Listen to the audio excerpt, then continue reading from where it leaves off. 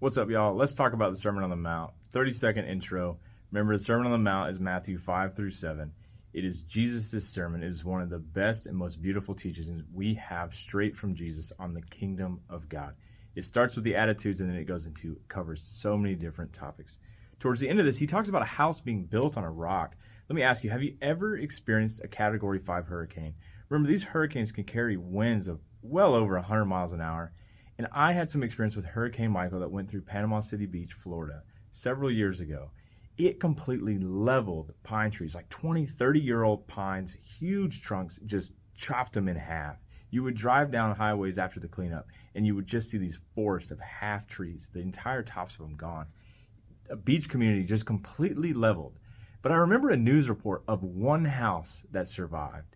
And this house was built way past building code. It was built out of a ridiculous amount of concrete. And it was kind of interesting because you had this house on the coast, and so the winds and the waves are coming at this house, and there's a house behind it that survived as well because it was standing behind the one that was built out of so much concrete.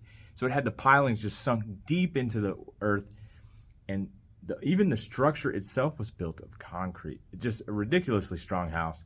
Someone with an immense amount of wealth built this thing to survive. No question. How does this apply? Let's look at Matthew 7:24. Everyone then who hears these words of mine and does them will be like a wise man who builds his house on the rock. And the rain fell, and the floods came, and the winds blew and beat on that house.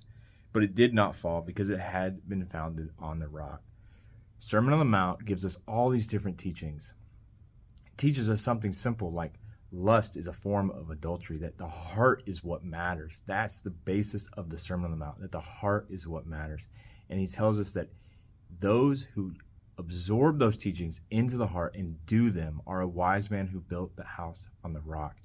Again, I go back to the analogy of Hurricane Michael and just destroying Panama City Beach. And even the house behind them was protected. So men out there who are listening, are you building your house on the rock so that your children will have a chance to stand on that rock and that they can come to a faith of their own? They can't share your faith. You must lead them to their own faith. But if you build your house on the rock, they can see that and emulate your example just as you emulate the example of Christ.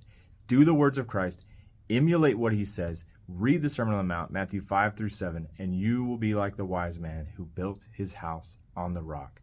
Stand on the rock of Christ. Be blessed as you go.